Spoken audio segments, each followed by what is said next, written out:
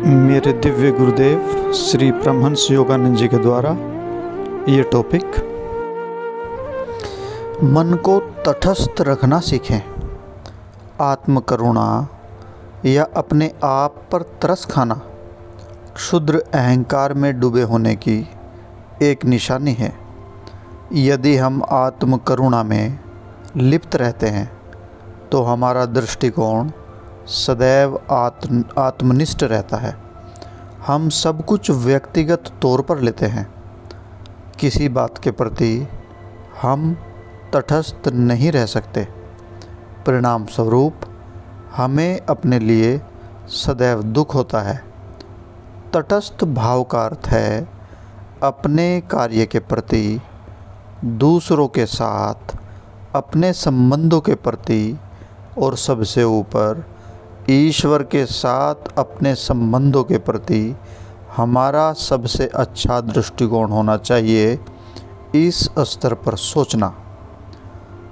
जब हम अपने आत्मनिष्ठ मानसिकता में ही लौटते रहते हैं तो हम अति संवेदनशील बन जाते हैं। कोई भी हमारे पास हमारे स्वभाव दोषों के बारे में कोई सुझाव देने के लिए भी आने की हिम्मत नहीं करता, क्योंकि हम सदा अपनी ही बात का समर्थन करते हैं। अपनी ही बात को सही सिद्ध करने का प्रयास भी आत्म करुणा का ही एक लक्षण है। अपने मन को अलग होकर परिस्थिति का और आपकी प्रतिक्रिया का निष्पक्ष विश्लेषण करने की आदत डालना सिखाओ। जब कोई सच्चाई तुम्हारे सामने पेश की जाए तो उसे स्वीकार करो। कोई आपकी आलोचना करता है, इसलिए अगर आप दुखी हो जाते हैं या चिड़चिड़ापन करने लगते हैं या उस आलोचना से ढह जाते हैं तो पक्का जान लें कि यह आपके चरित्र में एक दुर्बल कड़ी है। हमें अपने व्यक्तित्व के जिस पहलू को सुदृढ़ बनाने की आवश्यकता है उस क्षेत्र में भगवान प्रत्येक मनुष्य की परीक्षा लेते ही हैं। किसी के सामने भगवान आकाश में प्रकट होकर यह नहीं कहते, देखो मेरे बच्चे, तुम में ये कमजोरियां हैं, बल्कि वे हमारे जीवन में उन परिस्थितियों को लाते हैं जो हमें अपनी चेतना में बैठी मनोवैज्ञानिक कमजोरियों को पहचानने का और उन्हें दूर करने का अवसर प्रदान करते हैं। जहाँ आत्म करुणा होती है वहाँ अपने प्रत्येक व्यवहार का औचित्य समर्थन करने की प्रवृत्ति होती है। जब आपकी गलतियों और आपके दोषों को किसी के द्वारा आपके सामने उजागर किया जाता है तो हर बार अपना स्पष्टीकरण देने की मानसिकता पर नियंत्रण रखो। उदाहरण के लिए, आपसे कोई कहता है कि आप दूसरों की निंदा बहुत करते हैं या हमेशा बुराई ही देखते हैं, तो उल्टा जवाब देने के बजाय अपना अंतर परीक्षण करो। हो सकता है कि वह व्यक्ति जो कह रहा है वह सही हो और आपके सच्चे मित्र की भूमिका निभा रहा हो। आत्मसम्मान भीतर से आता है। अहंकार का एक अन्य दोष है आत्मगौरव।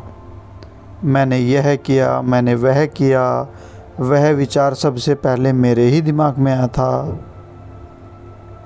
ईश्वर ही करता है और हमारी सफलताओं का श्रेय सही मायने में केवल उसी को जाता है। यह भूलकर जब अपनी योग्यता को या अपने द्वारा किए गए कार्यों को अति महत्व दिया जाता है तो झूठा अभिमान उत्पन्न होता है। और एक कहावत है, घमंड का सिर नीचा वाली कहावत बिल्कुल सत्य है।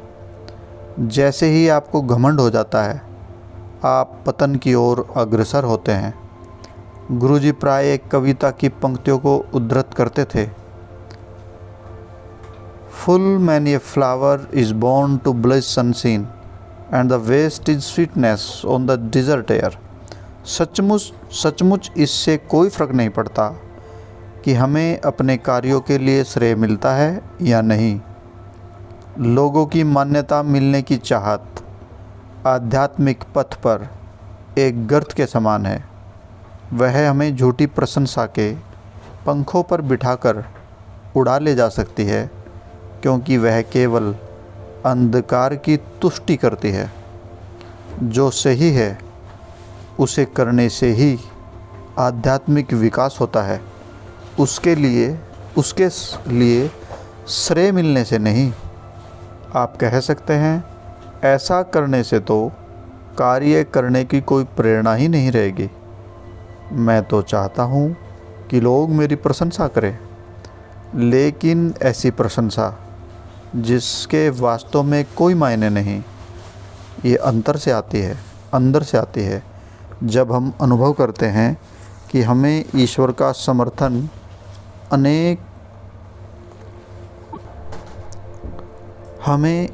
समर्थन है। अनेक लोग ऐसे हुए हैं जिन्हें विश्व ख्याति प्राप्त हुई, पर फिर भी जिनका जीवन आत्महत्या से समाप्त हुआ। उन्हें जो प्रशंसा प्राप्त हुई वह उनके लिए खोखली सिद्ध हुई, क्योंकि उससे उनके अंदर में कोई संतुष्टि नहीं मिली। परंतु यदि अपने अंदर में आपको यह एहसास हो कि आपने ईश्वर की कृपा प्राप्त कर ली है और ईश्वर की दृष्टि में आप प्रशंसनीय हैं, तो आपका मन कभी विचलित नहीं होगा। चाहे कितनी ही प्रशंसा या कितनी ही आलोचना की बौछार आप पर कर दी जाए।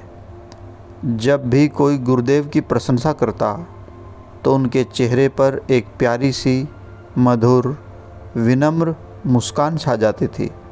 वे कुछ सीधे सरल शब्दों के साथ उस प्रशंसा को प्रभु के चरणों में समर्पित कर देते थे और कहते थे, मैं किसी से कोई अपेक्षा नहीं करता, परंतु यदि किसी तरीके से मैं अपने भगवान को प्रसन्न कर सकता हूँ तो मुझे अत्यंत खुशी होती है।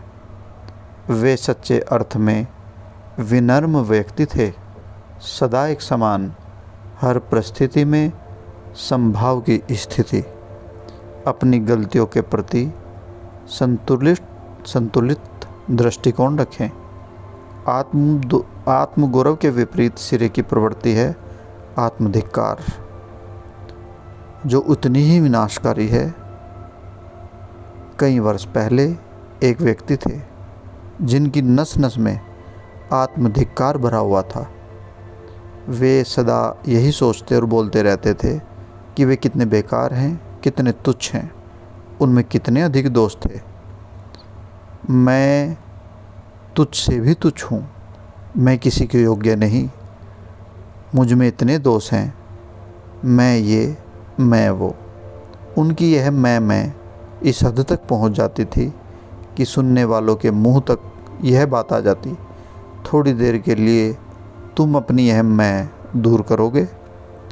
चाहो तो अपनी भूल को धूल के कण के समान मान लो, लेकिन उसके बारे में इतनी बकबक मत करो। आत्मधिक्कार और विनम्रता एक ही नहीं है। आत्मधिक्कार में अहंकार प्रबल होता है, विनम्रता में यह प्राभूत रहता है। अपना धिक्कार करने में तत्पर मत रहो। हर कोई गलती करता है और मैं यह नहीं समझता कि भगवान उसकी कोई परवाह करते हैं। मैं तो केवल यही चाहता हूँ कि हम में बेहतर करने की चाह हो और हम बेहतर करने का प्रयास करते चले जाएं। जय गुरु जी।